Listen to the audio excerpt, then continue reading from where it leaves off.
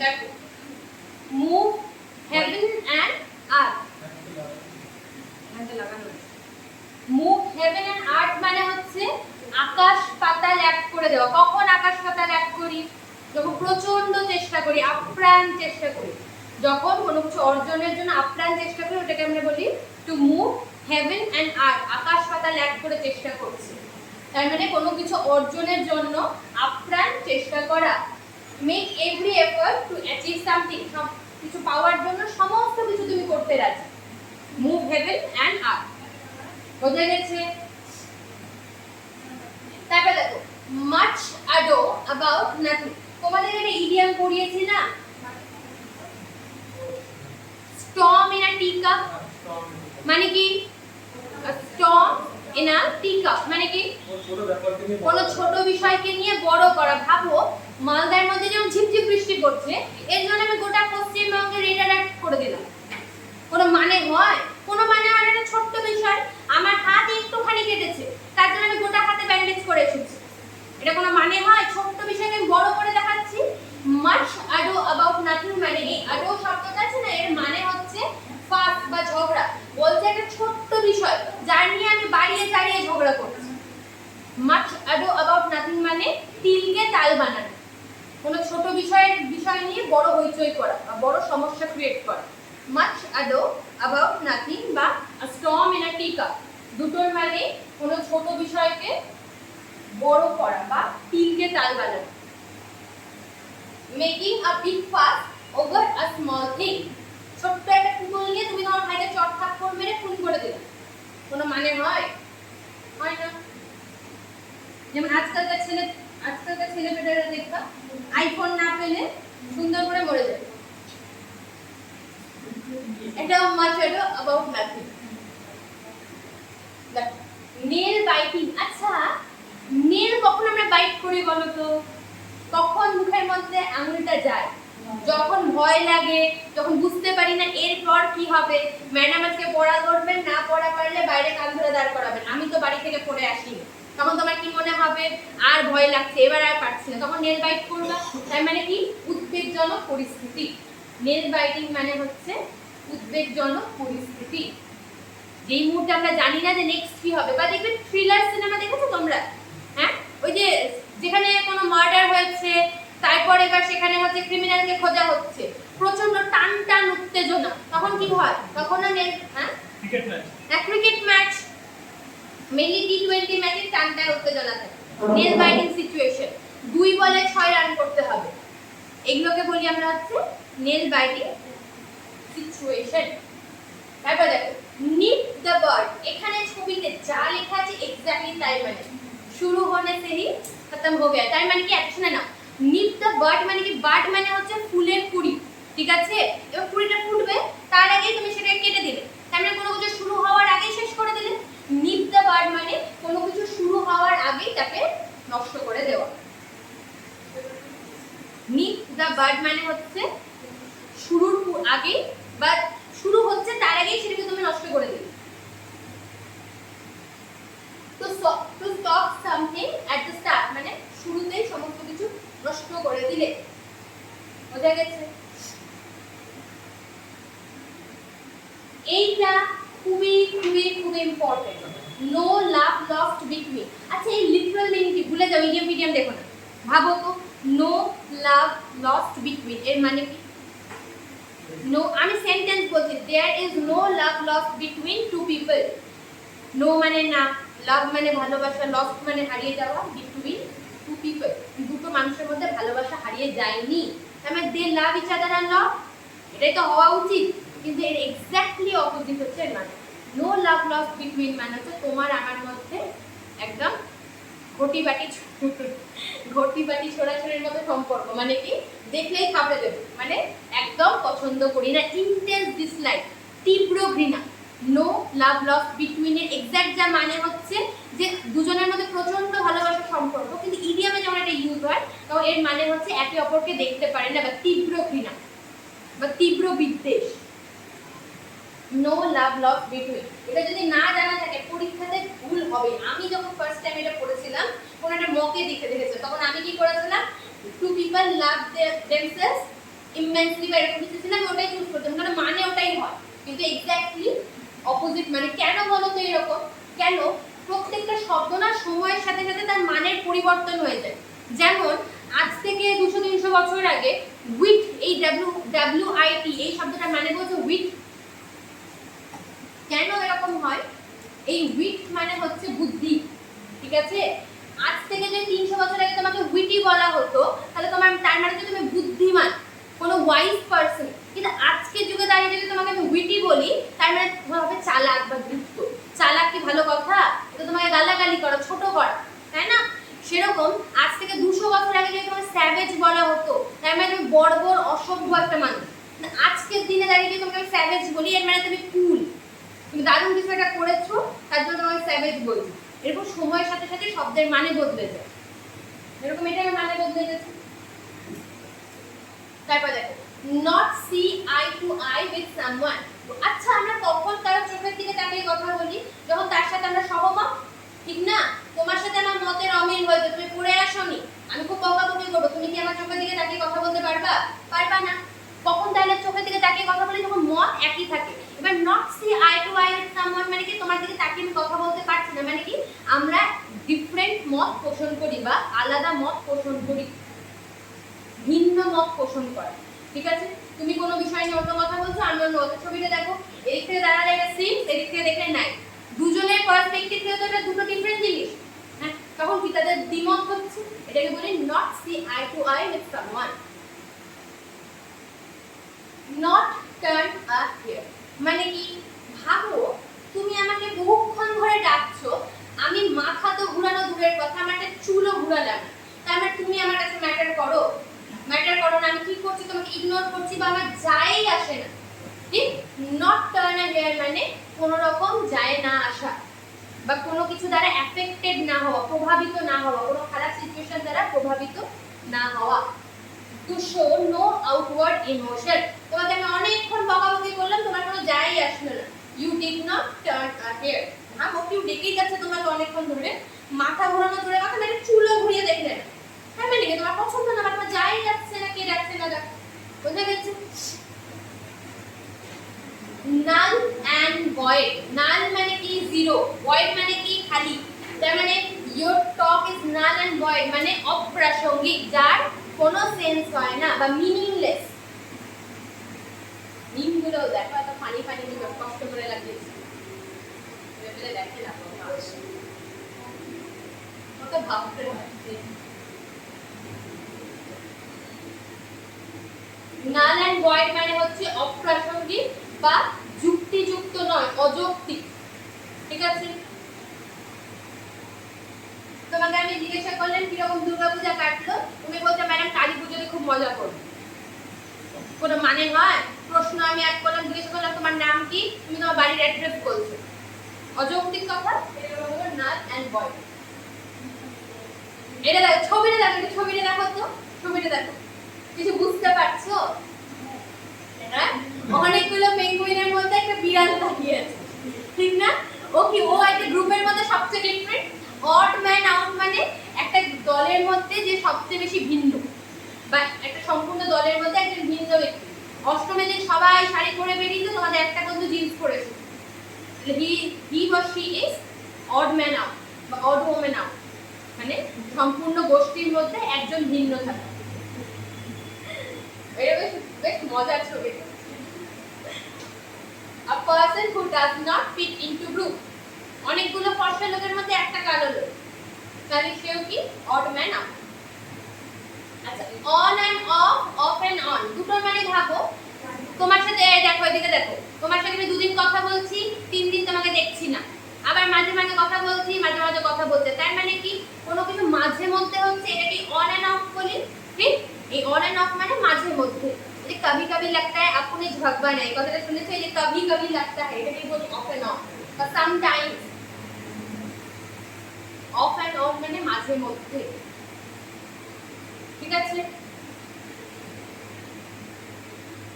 Of the hook, আচ্ছা hook মানে কি? বড়শি, ঠিক? হ্যাঁ, ধরো মাছ ধরেছো তুমি, মাছটা হুকের মধ্যে আটকে গেছে, মাছটা ভেতর বেরোতে বলছে, আপা ফাপড় করছে, এবার কোনো কারণে মাছটা হুক থেকে বেরিয়ে গেল, বেরিয়ে আসা বা কঠিন পরিস্থিতি থেকে বেরিয়ে আসা বা অল্পের জন্য বেঁচে যাওয়া। অফ দ্য হুক, বোঝা গেছে? No longer in difficulty or trouble মানে এবার আর সমস্যা নেই, সমস্যা বিপদ কেটে গেছে। তারপরে দেখো of the record. Of the record মানে কি? ধরো এই যে দেখো এখন কথাগুলো রেকর্ড হচ্ছে, ঠিক আমি যা বলছি তার মানে আমি এখানে এমন কিছু বলতে পারবো না যেটা রেকর্ড করা যায় না। কিন্তু ধরো আমি এমন কিছু বলতে চাই যেটা রেকর্ড করা যায় না, তাহলে কি করবো? ক্যামেরাটা বন্ধ করবো বা তোমার কানে কানে গিয়ে বলবো। ঠিক অফ দ্য রেকর্ড মানে হচ্ছে যে কথাটা সর্বসম্মুখে বলা যায় না বা যে কথা নথিভুক্ত করা যায় না। অফ দ্য রেকর্ড, রেকর্ডিং বন্ধ করে দেন আমি কথাগুলো বলবো। Not recorded for official publication or informally কিছু বলা। লিখে রাখো যে কথা সর্বসম্মুখে বলা যায় না বা যেই কথাকে নথিভুক্ত করা যায় না। রেকর্ডিং অফ করে কথা বলছি। যদি আমি কোনো পলিটিক্যাল কথা বলতে চাই তাহলে ডেফিনেটলি আমি রেকর্ডিং অফ করেই বলবো, কারণ আমি তো নিজেকে প্রবলেমে ফেলতে চাইবো না। আনটিল আর আনলেস খুব বোকা। তারপর দেখো অয়েলিটা, এই ছবিটা দেখো, এই লাইনগুলো পড়েছো কোথাও? তুম মুসলে বড়ি তুম জানে যাহা তুম সবসে হাসি তুম সবসে যাবা। তারপরে কি আসে বলো তো? সৌন্দর্য সাবুন নির্মা, সৌন্দর্য সাবুন। এই একটা দেখেছো নির্মার এক? দেখোনি? আচ্ছা এখানে ছেলেরা যাই বলছে এগুলো তোকে ইমপ্রেস করার জন্যই বলছে। ঠিক অয়েলি টাং মানে হচ্ছে তোষামত করা। অয়েলি টাং মানে কি? ধরো কোথাও অয়েল লাগানো আছে, সেখানে কোনো কিছু খুব ইজিলি স্লাইড করে যাবে। যার জিভের মধ্যে প্রচুর তেল আছে তাহলে কি কথা একদম গড়গড় করে অনর্গল বেরোয়। দেখবে কিছু কিছু লোক থাকে টিচার থেকে খুব বলে আপনি কি ভালো স্যার, আপনার থেকে ভালো কেউ হয় না। এর মানে কি? সে তোষামত করছে। বা দেখবে যে নেতা যারা হন তার আশেপাশে 4-5টা লোক থেকে খুব তোষামত করে। কেন? কারণ ওর কিছু ওর থেকে পাওয়ার রয়েছে। অয়েলি টাং মানে হচ্ছে তোষামত করা, যার মুখে কোনো কথা আটকায় না বা যে প্রচন্ড বেশি ফ্ল্যাটারি করে, মানে সুন্দর সুন্দর কথা বলে এবং ডেফিনেটলি সেগুলো সার্থক আছে, তোমাকে ভালোবাসা বলে বলছে না। তারপরে ওল্ড হ্যান্ড। আচ্ছা আমাদের হ্যান্ড কি ওল্ড হ্যান্ড? ওল্ড হ্যান্ড নয়। এবার যদি আমি কোনো কাজ বহু বছর ধরে করছি তাহলে আমার হাতটা কিরকম হয়ে যাবে? এক্সপিরিয়েন্স হয়ে যাবে। ওল্ড হ্যান্ড মানে এক্সপিরিয়েন্স হ্যান্ড, ঠিক না? তুমি 5 বছর সাইকেল চালাতো, তোমার বাবা 50 বছর সাইকেল চালিয়েছে, তাহলে কে বেশি এক্সপিরিয়েন্স? বাবা। ওল্ড হ্যান্ড মানে হচ্ছে এক্সপিরিয়েন্স পারসন বা দক্ষ ব্যক্তি। ঠিক old head on young shoulder. এই ছেলেটাকে কেউ চেনো তোমরা? তোমরা সেই ব্লিঙ্কিট, জেপ্টো এগুলো কোম্পানির নাম শুনেছো? তোমরা শুনেছো যে কিছু কিছু অ্যাপ রয়েছে যেখানে 10 মিনিটের মধ্যে জিনিসপত্র ডেলিভার করে দেয়। তোমার ডিমের দরকার, দুধের দরকার, 10 মিনিটের মধ্যে। এরকম একটা অ্যাপ রয়েছে যেটার নাম জেপ্টো। তার যে সিইও তার বয়স হচ্ছে 23 বা 24 বছর বয়স। আচ্ছা একটা সিইও হওয়া যায় 23-24 বছর বয়সে? না, এটা ইনজেনারেলি পসিবল নয়। কেন? কারণ তার জন্য প্রচুর এক্সপিরিয়েন্সের দরকার। আমি যদি কোনো কিছু ওনার হতে চাই, আমি কোনো একটা বড় কোম্পানির ওনার হতে চাই, দেন আমার এক্সপিরিয়েন্সের দরকার লাগবে। কিন্তু যদি একটা ইয়াং ছেলে বা মেয়েকে সেখানে আমি বসিয়ে দিই, তার মানে কি? তার কাঁধটা তো ইয়াং কিন্তু মাথাটা একদম বৃদ্ধ লোকের মতো এক্সপিরিয়েন্স। এখানে কি বলছে? Old head on young shoulder মানে হচ্ছে কেউ তার বয়সের চাইতে অনেক বেশি ম্যাচিওর। দেখবে খুব অল্প বয়সের ছেলে মেয়ে অনেক সময় ম্যাচিওর হয়ে যায়, তাদেরকে আমরা বলি old head on young shoulder. মানে মানে ধরো কাঁধটা যুবক কিন্তু তার মাথাটা যেটা আছে সেটা বয়স্কদের মতো। বোঝা গেছে? আর এদিকে আমাদের বয়স হয়ে যাচ্ছে কিন্তু ম্যাচুরিটি আসছে, তাই না? Old head on young shoulders মানে যে বয়সের চাইতে অনেক বেশি বুদ্ধিমান বা ম্যাচিওর। বোঝা গেছে? আচ্ছা অন, আচ্ছা বিকজ মানে কি গো? কারণ। অন অ্যাকাউন্ট অফ মানেও কারণ, কারণ বশত। এটা ইডিয়ামের মতো হয় না, কি জানি কেন দিয়েছে। এটা আমরা কখন করবো বলো তো? যখন আমরা কনজাংশন করব। Because of, on account of এর মানে হচ্ছে কারণ বশত। দেখো এখানে লেখা আছে she used an umbrella on account of the rain। হচ্ছে বৃষ্টি পড়ছিল, কালকে যেমন প্রচুর বৃষ্টি পড়ছিল, তার জন্য ছাতা নিয়ে বেরিয়েছিলেন নিশ্চয়ই। তাহলে কি কেন ছাতা নিয়ে বেরিয়েছিলে? বৃষ্টি। তাহলে বৃষ্টির জন্য কারণ বলার জন্য আমরা বলি অন অ্যাকাউন্ট অফ। ঠিক আছে? এটা সোজা জিনিস ছিল। On cloud nine. আচ্ছা মনে আছে 7th হেভেন পড়িয়েছি, এর মানে কি? Extremely happy. হেভেনে থাকলে তোমার কেমন লাগবে? আনন্দ লাগবে। তুমি আকাশে উড়ছো অন ক্লাউড 9, মানে কি আকাশে প্রচুর উঁচুতে উড়ছো, তার মানে কি তোমার আনন্দ হচ্ছে? অন ক্লাউড 9 মানে এক্সট্রিমলি হ্যাপি। এই ক্লাউড, হেভেন এগুলো যখনই আসে হ্যাপিনেস বোঝায় আর কোনো ইমাজিনারি সিচুয়েশন বোঝায়, তার বাইরে অন্য কিছু হয় না। সপ্তম স্বর্গে আছে, তার মানে কি প্রচন্ড হ্যাপি।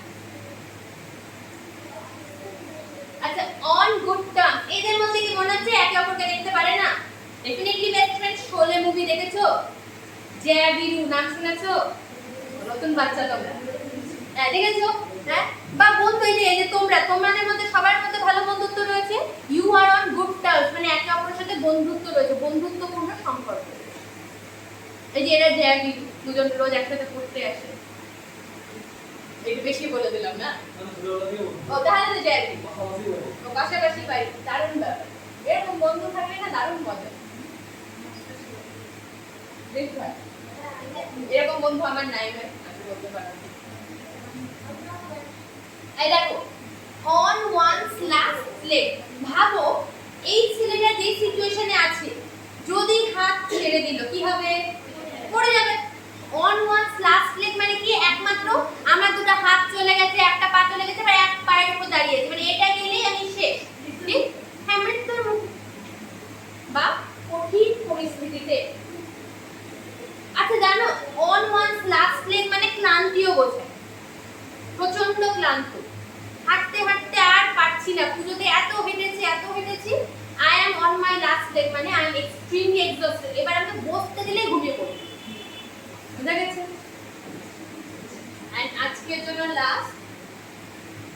আচ্ছা, অন দা ফেন্স, ফেন্স মানে বোঝো, এটা ছবিটা তো বাজে না? এই ফেন্স মানে বোঝো বেড়া, দেখেছো? হ্যাঁ, বেড়ার উপর দাঁড়িয়ে আছো, এবার বুঝতে পারছো না এপারে নামবা না ওপারে নামবা, তার মানে কি? দ্বিধাবোধ, ঠিক? অন দ্য ফেন্স মানে হচ্ছে ডিসিশন নিতে না পারা, বা কি করব বুঝতে পারছি না, বা দ্বিধায় ফেসে যাওয়া, dilemma. Faulting between two option, যাব কি যাব না, করব কি করব না, এপারে নামবো না ওপারে নামবো। বোঝা গেছে? দেখো না, ও ইদা ওপারে নামতে পারে বা এপারে নামতে পারে, এবার ও ডিসিশন নিতে পারছে না কোন দিকে নামবে। অন দা ফেন্স মানে, আচ্ছা অপশনে আরেকটা জায়গায় লেখা থাকে যে তুমি ইন আ ডিফিকাল্ট সিচুয়েশন, এটাও মাথায় রাখতে পারে। ভাবো তোমাকে বেড়ার উপর উঠিয়ে বসিয়ে দিয়েছি, ওটাও তো একটা ডিফিকাল্ট সিচুয়েশন, কিন্তু ওটা হবে না। কিন্তু অন দা ফেন্স মানে দ্বিধাবোধ, যে আমি এইটা করব না ওইটা করব, এটা। ঠিক আছে, এটা লিখে নাও। একটু গুগল করো তো ডিলেমা বানাতে পারো। ডিলেমা,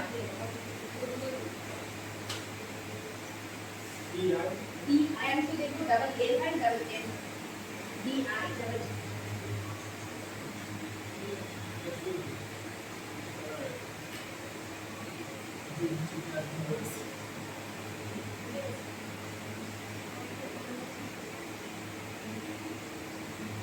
এটা লিখে নাও তো।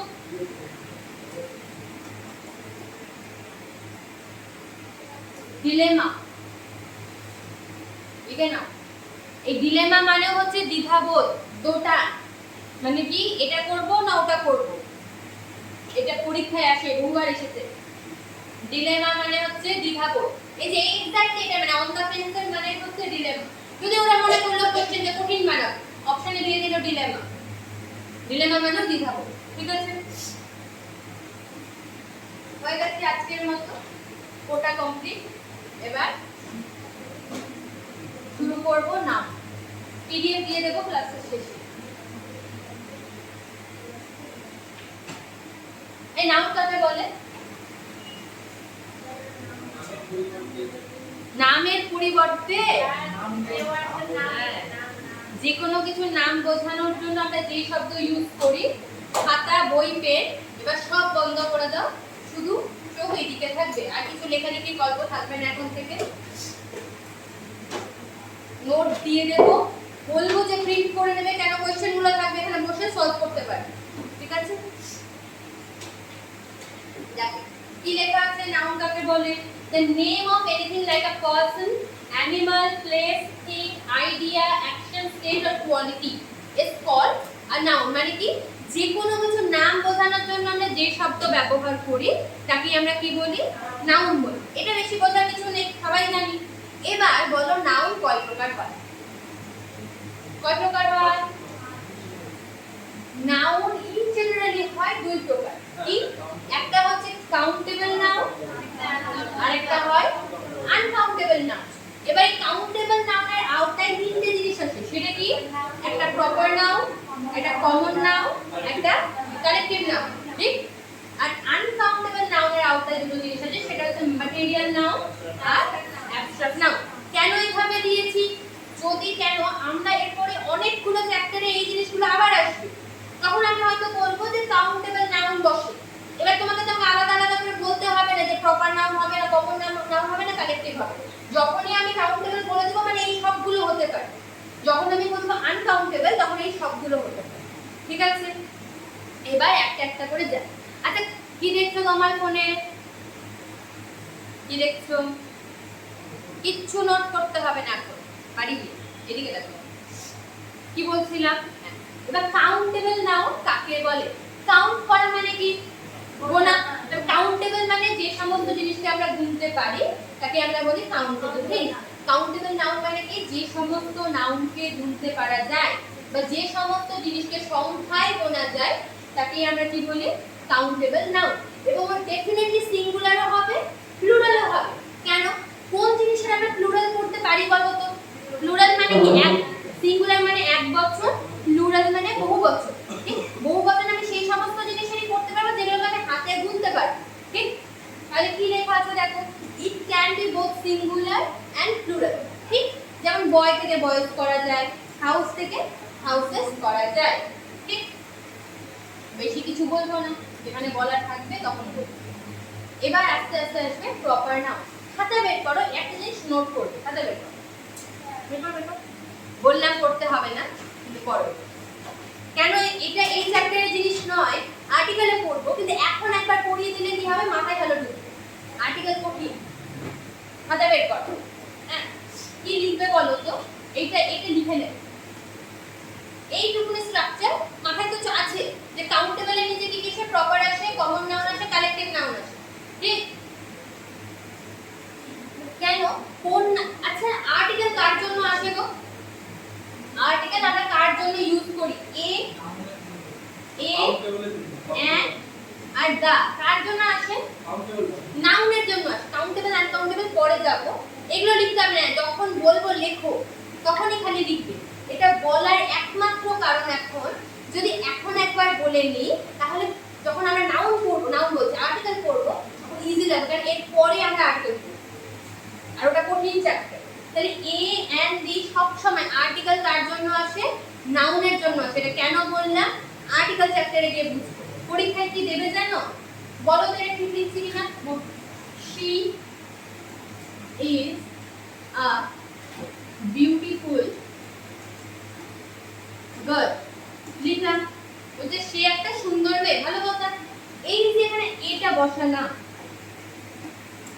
এখানে যে এটা বসালাম, এটা কার জন্য এসেছে?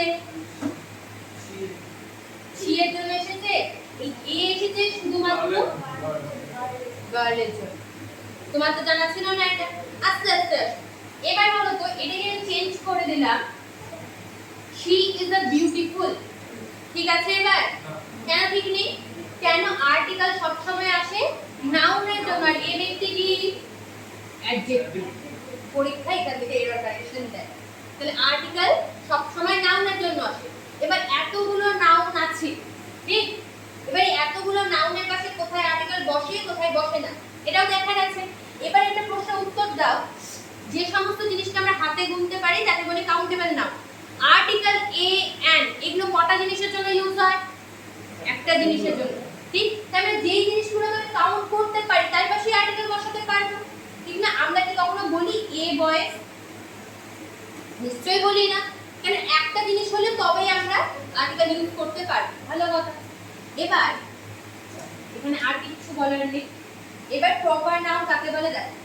বলছে যে নাউনের দ্বারা কোনো নির্দিষ্ট ব্যক্তি, বস্তু বা জিনিসের নাম বোঝানো হয় তাকে আমরা বলি প্রপার নাউন। ধরো আমি বললাম আ ক্লাস ফুল অফ স্টুডেন্টস, ভালো কথা।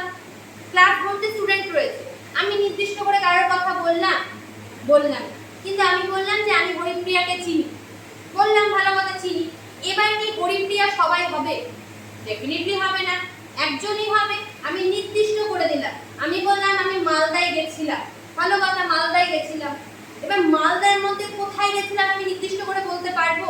তুমি যদি বলি আমি 1 নাম্বার কলোনিতে গেছি, তখন জায়গাটা নির্দিষ্ট হয়ে গেল। তাহলে প্রপার নাউন কি? প্রপার নাউন সবসময় নির্দিষ্ট জিনিসকে বোঝানো হয়, কখনো অনির্দিষ্ট জিনিসের জন্য প্রপার নাউন আসবে না। আমি যদি বলি আমি স্কুলে পড়তাম, এটা এবার বলো তো স্কুলটা তো নাউন, স্কুলটা প্রপার নাউন কি? কেন? কারণ কোন স্কুলে পড়তাম বলতে পারবে? যদি বলি আমি বার্লো স্কুলে পড়তাম, এবার প্রপার নাউন হয়ে গেল, কারণ স্পেসিফিক করে দিলাম আমি। তাহলে প্রপার নাউন দ্বারা সব সময় কি জিনিসকে বোঝানো হয়? নির্দিষ্ট জিনিসকে বোঝানো। ঠিক আছে, দেখো Kolkata is a metro city, ভালো কথা। এখানে কলকাতা কি নাউন? এখানে আরো একটা নাউন আছে, সেটা কি বলো তো? সিটি। সিটি মানে শহর, এটাও তো নাউন। এবার বলো তো এখানে এইটা প্রপার নাউন নাকি এটা প্রপার নাউন? ডেফিনেটলি কলকাতা। কেন? যদি শুধু সিটি বলি, কোন সিটির কথা বলছি আমি বলতে পারবো না, ঠিক? সেম ওয়ে যখন আমি কলকাতা বলে দিচ্ছি, তখন কি তোমার বুঝতে একটু অসুবিধা হবে? ডেফিনেটলি হবে না। তাহলে এইটা কি নাউন বলো তো? ওটা হচ্ছে কমন নাউন। যখন পুরো একটা এন্টায়ার জাতি গোষ্ঠীকে একসাথে অ্যাড্রেস করি, তখন সেটাকে আমরা বলি common noun. Same with formula. Rohini is an intelligent girl, Rohini একটা বুদ্ধিমান মেয়ে, ভালো কথা। এখানে যদি শুধু গার্ল বলি, তাহলে সেটা কি নির্দিষ্ট হলো? এই ঘরে অনেক মেয়ে বসে আছে, কার কোন মেয়ের কথা বলছি কেউ বলতে পারবে?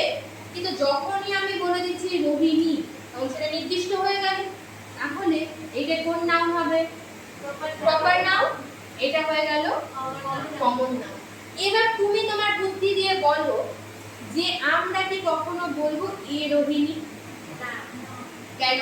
রোহিণী তো অলরেডি নির্দিষ্ট হয়েই গেছে, তাহলে আমরা কখনো এ রোহিণী বলবো না। কেন বলি না? একটা জিনিস শুনে নাও, এ এন্ড হচ্ছে আর্টিকেল, কিছু লিখতে হবে না। আরেকটা কি আর্টিকেল হয়? দা। এবার এরপরে আমরা শিখবো যে আর্টিকেল দুই রকমের হয়,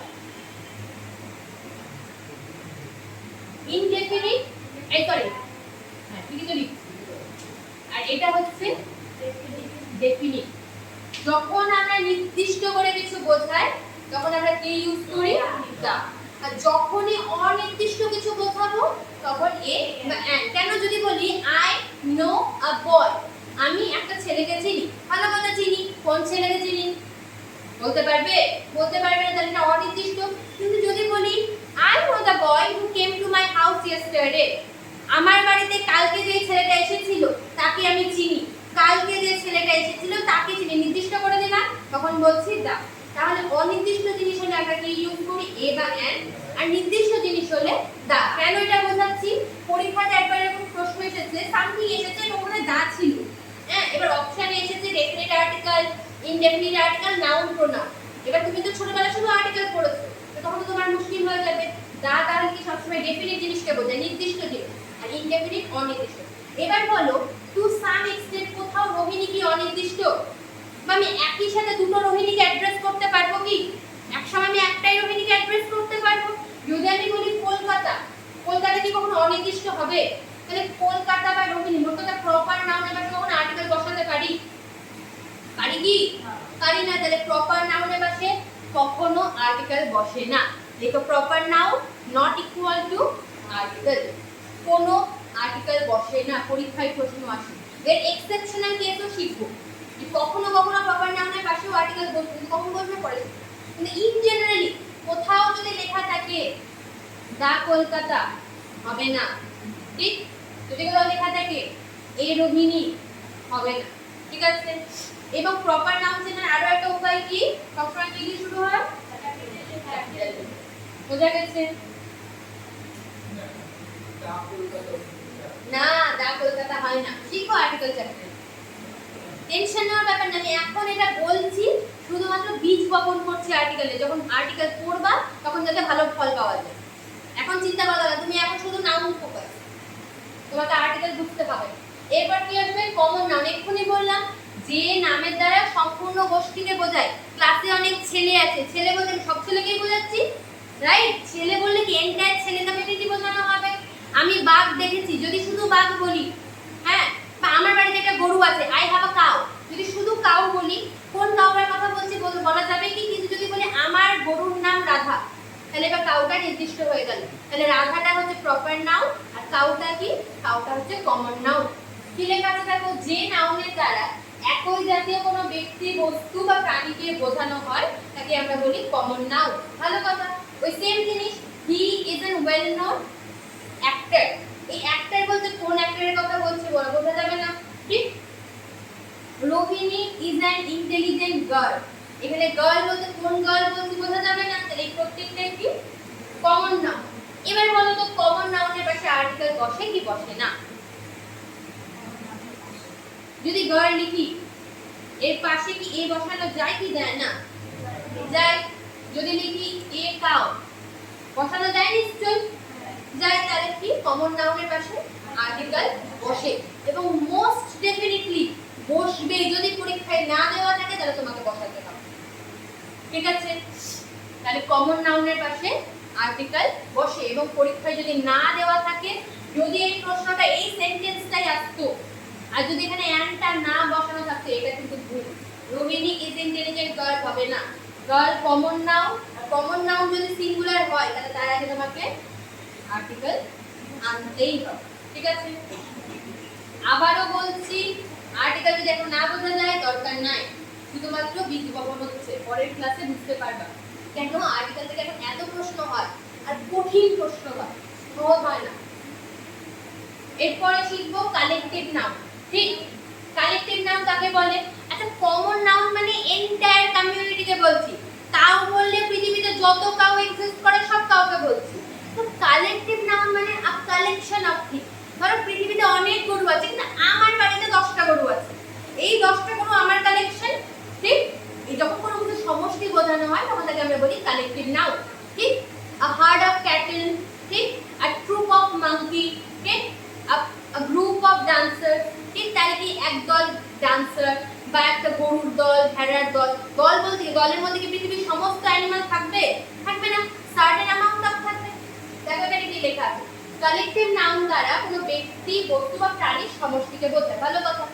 এবার দেখো, a flight of birds, এটা না নোটের মধ্যে কি বলে জানো, কালেকটিভ নাউনের একটা লিস্ট দেওয়া আছে, ওইটা ভালোভাবে সুন্দর করে মুখস্থ করে নেবে, কেন স্টেটের পরীক্ষাতে প্রচুর প্রশ্ন আসে এখানে, মেইনলি পুলিশের পরীক্ষাতে দেয়, মানে সেন্ট্রালেও দেয়।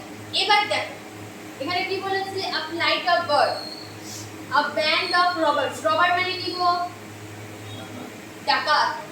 ডাকাতকে আমরা বলি রবার। আর রবারি মানে কি? রবারি মানে হচ্ছে ডাকাতি। আ প্রাইড অফ লায়ন, ঠিক আছে? ভালো কথা। এবার বলো তো কালেকটিভ নাউনের আগে আর্টিকেল আসে কি আসে না? ডেফিনেটলি আসে, পরীক্ষাতে এটা থেকে এরর দেয়। কি লেখা আছে? অনেকগুলো জিনিস আগে দেখে নাও। তাহলে কালেকটিভ নাউনের আগেও আর্টিকেল আসবে, আর যদি কোথাও শুধু লেখা থাকে যে প্রাইড অফ লায়ন্স, তাহলে এটা ভুল, তোমাকে এখানে সুন্দর করে আর্টিকেল বসাতে হবে। এবং কখনো এ বা এন ছাড়া অন্য কিছু আসে না, কখনো দাও বসবে না। কালেকটিভ নাউনের আগে শুধুমাত্র এ বা এন বসে। এবার তোমার মনে একটা প্রশ্ন আসছে না, ম্যাডাম আপনি এখানে প্রত্যেকটা জায়গায় এ বলেছেন, তাহলে এ তো সিঙ্গুলার, তাহলে আপনি এখানে বার্ডস কি করে লিখলেন, রবার্টস কি করে লিখলেন, লায়ন্স কি করে লিখলেন? মনে প্রশ্ন এলো না? আমি যদি একটাই বলি তাহলে আমি এখানে বার্ডস কি করে বলছি? এ ফ্লাইট কে বোঝানো হচ্ছে এক ঝাঁক পাখি, একটা গ্রুপ, তো দুটো গ্রুপের কথা বলছি, একটা ঝাঁকের মধ্যে অনেকগুলো পাখি রয়েছে।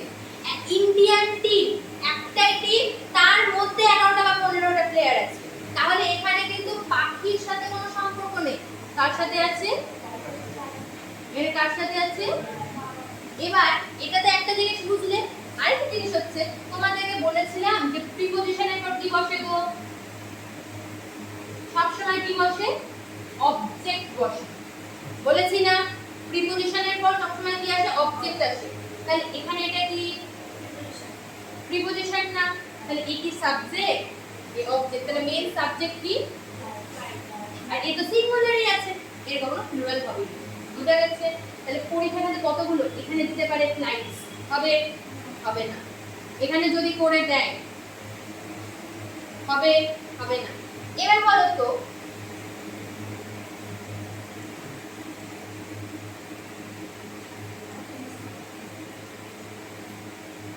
এখানে অ্যামিজারের মধ্যে কি বসবে? A flight of birds dash flying in the sky. Option দিলাম is, am, are. কি বসবে বল? কি বসবে কেন?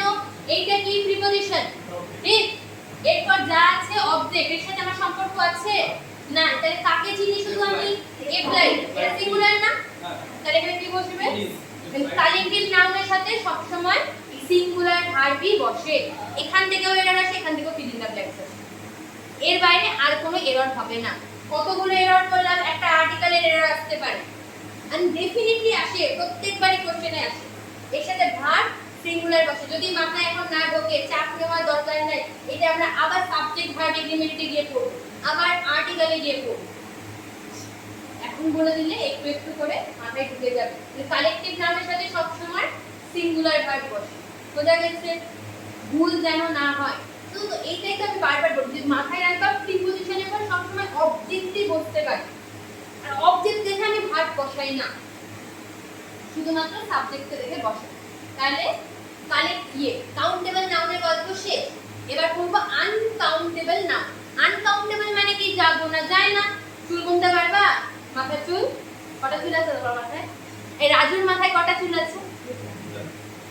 রাজুর চুল ছাড়া আর কারো চুল গোনা যায়? যায় না। তাহলে আনকাউন্টেবল নাউন মানে হচ্ছে যা গোনা যায় না। তোমরা হাসলে না, আমি এই জোকসটা প্রত্যেকটা ব্যাচে বলি, সবাই খুব হাসে। তোমরা ফানি নাও, একদম ভালো না।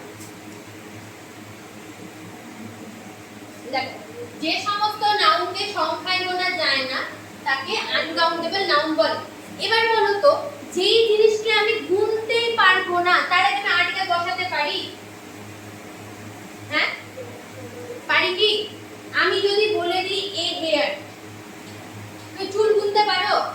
হ্যাঁ, তোমার মাথায় কারোর মাথায় একটা চুল হয়? হয় কি? তাহলে আমি হেয়ারের আগে কি এ বসাতে পারবো?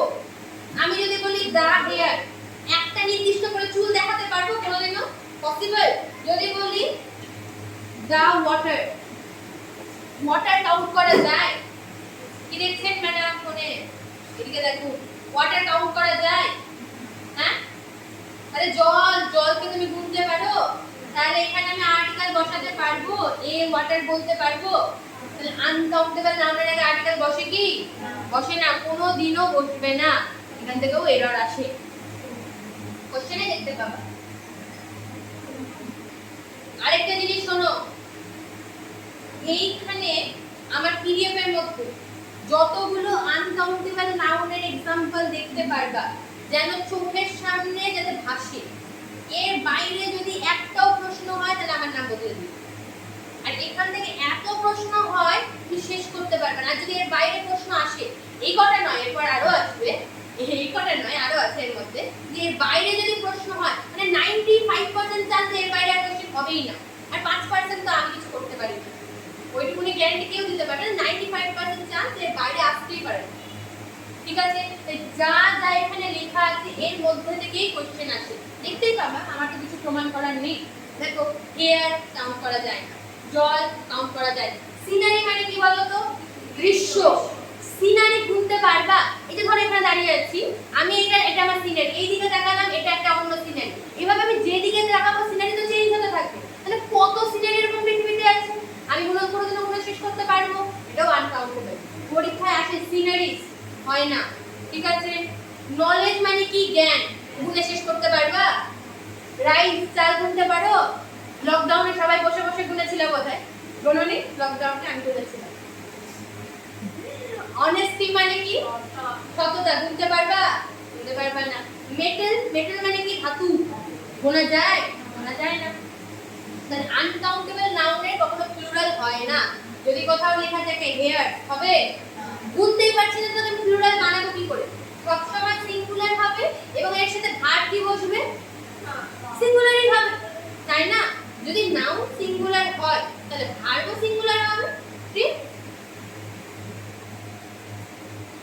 এরপরে দেখো মেটেরিয়াল নাউন, বাংলায় যে ডেফিনিশন লেখা আছে ওইটুকুনি পড়বা। কি লেখা আছে? যে সমস্ত নাউনের ওজন আছে কিন্তু গণনা করা যায় না এমন নাউনগুলোকে আমরা বলি ম্যাটেরিয়াল নাউন। কিরকম? যেমন জল, তুমি ওয়েট করতে পারবা 1 লিটার জল, 2 লিটার, 5 লিটার, ওজন আছে কিন্তু গুনতে পারবা? যদি বলি সোনা, 1 কেজি সোনা, 1 কেজি সোনা আর 10 গ্রাম সোনা, ঠিক? হ্যাঁ, ওজন করতে পারবা, কাউন্ট করতে পারবে। কিন্তু যদি ওই সোনা থেকে তুমি কোনো জুয়েলারি বানাও দেন দ্যাট ক্যান বি কাউন্টেড। কিন্তু সোনাকে কি তুমি গুনতে পারবা? তুমি তামাকে গুনতে পারবা? তামা দিয়ে যদি তার বানাও সেই তারটা গোনা সম্ভব, কিন্তু তামাকে কোনোদিনও গোনা সম্ভব নয়। কোনো রকম ধাতুর নাম যদি লেখা থাকে বা যে সমস্ত জিনিস, যেমন চাল গুনতে পারবা কিন্তু ওজন করা যায় 5 কেজি 10 কেজি, ডাল গোনা যায় না কিন্তু ওজন করা যায়। উইট মানে কি? উইট মানে কি? গম গোনা যায়, শুধু ওজন করা যায়। যে সমস্ত জিনিসকে শুধুমাত্র ওজন করতে পারবা গুনতে পারবা না তাকে আমরা কি বলবো? Material noun. এতে ইংরেজি ডেফিনিশন পড়া দরকার নেই, এটা বেশি ক্ল্যারিটি দেয়। দেখো স্টিল কি? স্টিল একটা ধাতু না, ঠিক? গুনতে পারবো না। গোল্ড তো গোনা যায় না, কপারও গোনা যায় না। এখনই বললাম মিল্ক, দুধ, গুনতে পারবা? ওয়াটার বললাম এখন। হুইট, কোল মানে কি? কয়লা, সেম ওজন করা যায়, গোনা তো কোনোদিনও সম্ভব না। আচ্ছা, প্রত্যেকটা এর একটা আনকাউন্টেবল নাউনের পার্ট, তাহলে এদের কখনো প্লুরাল হবে? হবে না। এবং এদের পর কি ভার্ব বসবে? সিঙ্গুলার। কেন? যা আমি গুনতেই পারছি না তাহলে সেটা সবসময় সিঙ্গুলার, এবং তারপর ভার্বও সিঙ্গুলার বসবে। ঠিক আছে?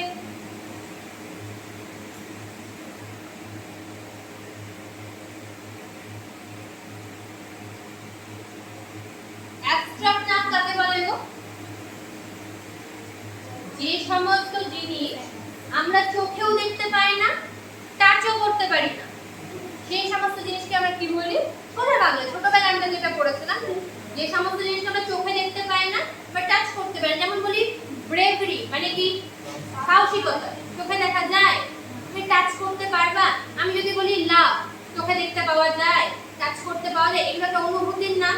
তাহলে যে সমস্ত জিনিস চোখেও দেখা যায় না, টাচ করতে পারা যায় না, এগুলোকে আমরা বলি অ্যাবস্ট্রাক্ট নাউন। বা যে নাউন দ্বারা কোনো ব্যক্তি কিংবা বস্তুর গুণ, যদি বলি যে হি ইজ ভেরি কাইন্ড মানে কি? সে খুব দয়ালু, রাইট? হ্যাঁ, এবার এই কাইন্ডনেস এটা তো তার গুণ, গুনতে পারবা, চোখে দেখতে পাবা, টাচ করতে পারবা, শুধুমাত্র একটা ইমোশনের নাম, গুণের নাম। এগুলোকে আমরা বলি অ্যাবস্ট্রাক্ট নাউন। বা কোনো কাজের নাম বা কোনো অবস্থা যদি প্রকাশ করা হয়, সোজা ভাষায় যা তুমি দেখতেও পাও না, টাচ করতে পাও না, কোনো অনুভূতির নামকে আমরা বলি হচ্ছে অ্যাবস্ট্রাক্ট নাউন। যেমন লিবার্টি মানে কি? স্ট্যাচু অফ লিবার্টি কোথায় আছে? নিউ ইয়র্ক সিটি, ঠিক? লিবার্টি মানে কি? ফ্রিডম, ফ্রিডম মানে কি? স্বাধীনতা। Liberation war, Bangladesh liberation war হয়েছিল না? হয়েছিল তো 1971 সালে, ঠিক? আরে যখন তোমার দাদু দিদা ইন্ডিয়া পালিয়ে এলো, আসেনি? এখানকারই তোমরা? হ্যাঁ, তারও আগে এসেছে, আমার দাদু 71 এসেছে। তাহলে লিবার্টি মানে কি? স্বাধীনতা, চোখে দেখা যায়। ফ্রিডম, চোখে দেখতে পাও, এগুলো অনুভূতি। অ্যাঙ্গার, চোখে দেখা যায়, থাপ্পড় খেলে তারপর তুমি রাগটা বুঝতে পারবা, আদারওয়াইজ তো চোখে দেখতে পাও না, ঠিক? ফ্রিডম তো বললাম, কাইন্ডনেস বললাম, লাভ, হ্যাপিনেস, বিউটি, এগুলো কোনোটাই দেখো চোখে দেখতে পাওয়া যায় না। এরাও আর কি বলে যেন এটাকে বলে আনকাউন্টেবল বা অ্যাবস্ট্রাক্ট নাউন। বোঝা গেছে?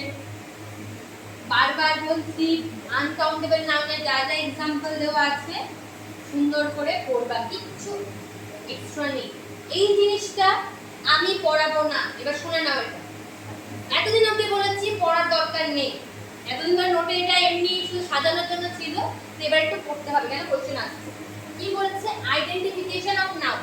অনেক সময় না আমরা নাউন যে আছে এটা বুঝতেই পারি না, কেন? একটা এক্সাম্পল দিই, এই দেখেন এখানে এন্টারটেইনমেন্ট আছে মানে কি? আনন্দ, আনন্দ। আচ্ছা, এন্টারটেইন করা মানে কি? কাউকে আনন্দ দেওয়া, কারোর সামনে কিছু করা। এটা নাউন না ভার্ব? এটা ডেফিনেটলি ভার্ব, ঠিক? এবার যখনই এন্টারটেইনের সাথে আমি মেন্ট লাগিয়ে দিলাম তখন ওটা নাউন হয়ে গেল, ঠিক? এবার অনেক সময় কি হয় আমরা নাউন চিনতেই পারি না এটা নাউন না নাউন। যদি কিছু কিছু সাফিক্স যদি আমরা দেখি তাহলে ওই সাফিক্স গুলো, সাফিক্স মানে সাফিক্স আর প্রিফিক্স কি বলো তো? দেখো এই প্রি শব্দটার মানে কি প্রথম বা আগে, আর সাফিক্স মানে পরে। যদি সাফিক্স এই সাফিক্স গুলো লাগানো থাকে কোথাও তাহলে সেটা ডেফিনিটলি কি না।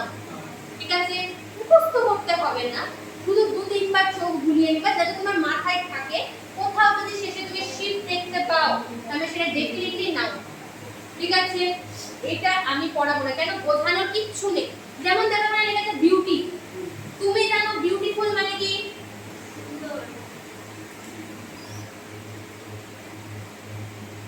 এটা কি জিনিস গো? এটা নাউন, প্রোনাউন, অ্যাডজেক্টিভ, অ্যাডভার্ব, এটা অ্যাডজেক্টিভ, ঠিক?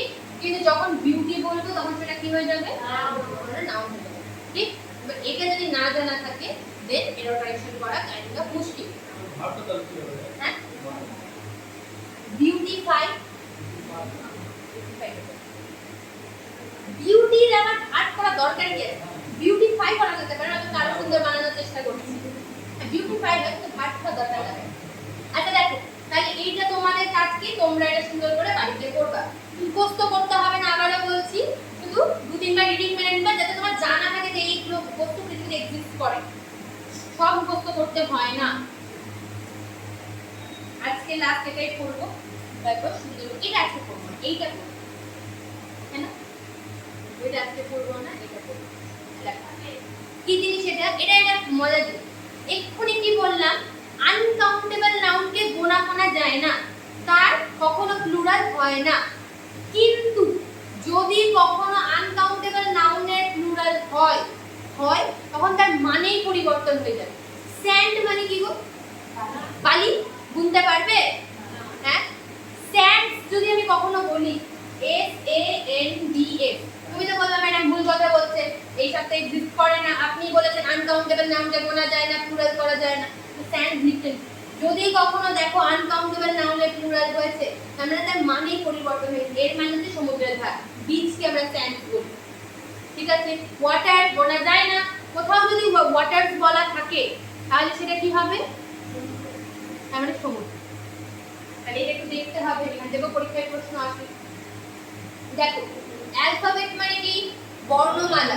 শুনে শেষ করতে পারবা? পারবা না। যদি কোথাও অ্যালফাবেট সেটা হয়ে যায় তার মানে কি? ল্যাঙ্গুয়েজ। ঠিক আছে, এরর আসে, মনে রাখা কঠিন, পড়তে হবে একটু। অ্যালফাবেট বর্ণমালা, ABCD অ আ ক খ, ঠিক? এগুলো বর্ণমালা, কোনোদিনও গুনতে পারবে না। কিন্তু যখনই সেটা আমি অ্যালফাবেটস বানাবো তখন সেটা ল্যাঙ্গুয়েজ হয়ে যায়। সেম উইথ ওয়ার্ড, ওয়ার্ড মানে একটা হয় শব্দ, আর I give you my word এর মানে কি বলতো? আমি তোমাকে প্রমিস করছি। ওয়ার্ডের মানে কাউকে প্রমিস করাও হয়। ঠিক আছে, এই ওয়ার্ডেরও কখনো প্লুরাল হয় না, যদি হয় তখন তার মানে কি? ভাষা। তারপরে দেখো গুড মানে কি? ভালো বা সুবিধা। I am saying this to you for your own good, মানে তোমার ভালোর জন্য বলছি না, তোমার সুবিধার জন্য বলছি। গুড থেকে যখন এটা গুড হয়ে যাবে তার মানে সেটা আসবাব তোমার, জেগে ওঠো। উড মানে কি? কাঠ, গোনা যায়, কত কাঠ গুনবা, কিন্তু উড থেকে যখন এটা উড যাবে তার মানে জঙ্গল, ফরেস্ট। কাস্টম মানে কি? রীতিনীতি, ঠিক? আর যখন সেটা কাস্টমস হয়ে যাবে, রীতিনীতি গোনা যায়, তোমার বাড়িতে আলাদা নিয়ম আছে, আমার বাড়িতে আলাদা, ওর বাড়িতে আলাদা, কোনোদিনও গুনতে পারবো না। যখন সেটা কাস্টমস হয়ে যাবে তার মানে কর বা ট্যাক্স। তারপরে দেখো ফোর্স মানে কি? শক্তি, গোনা যায়। ফোর্সেস মানে কি? আর্মি। ওয়ার্ড মানে কাজ, কোনোদিনও গুনতে পারবে না। যখন সেটা ওয়ার্ডস হয়ে যাবে তার মানে লিটারারি ওয়ার্ড, মানে লেখালেখি। রবীন্দ্রনাথ যে এত লেখালেখি করেছে দ্যাট ইজ ওয়ার্ড। যদি বলি I have read papers words, এর মানে কি? তার লেখা আমি পড়েছি। এই ওয়ার্ডস মানে কাজ নয়। ঠিক আছে, এক্ষুনি বললাম ওয়াটার মানে কি? জল, ওয়াটার হয়ে গেল তো সমুদ্র। সেম উইথ স্যান্ড মানে বালি, স্যান্ড হলে সমুদ্র সৈকত বা বিচ। এয়ার মানে বাতাস, আর যদি সেটা এয়ার হয়ে যায় তার মানে অহংকারী।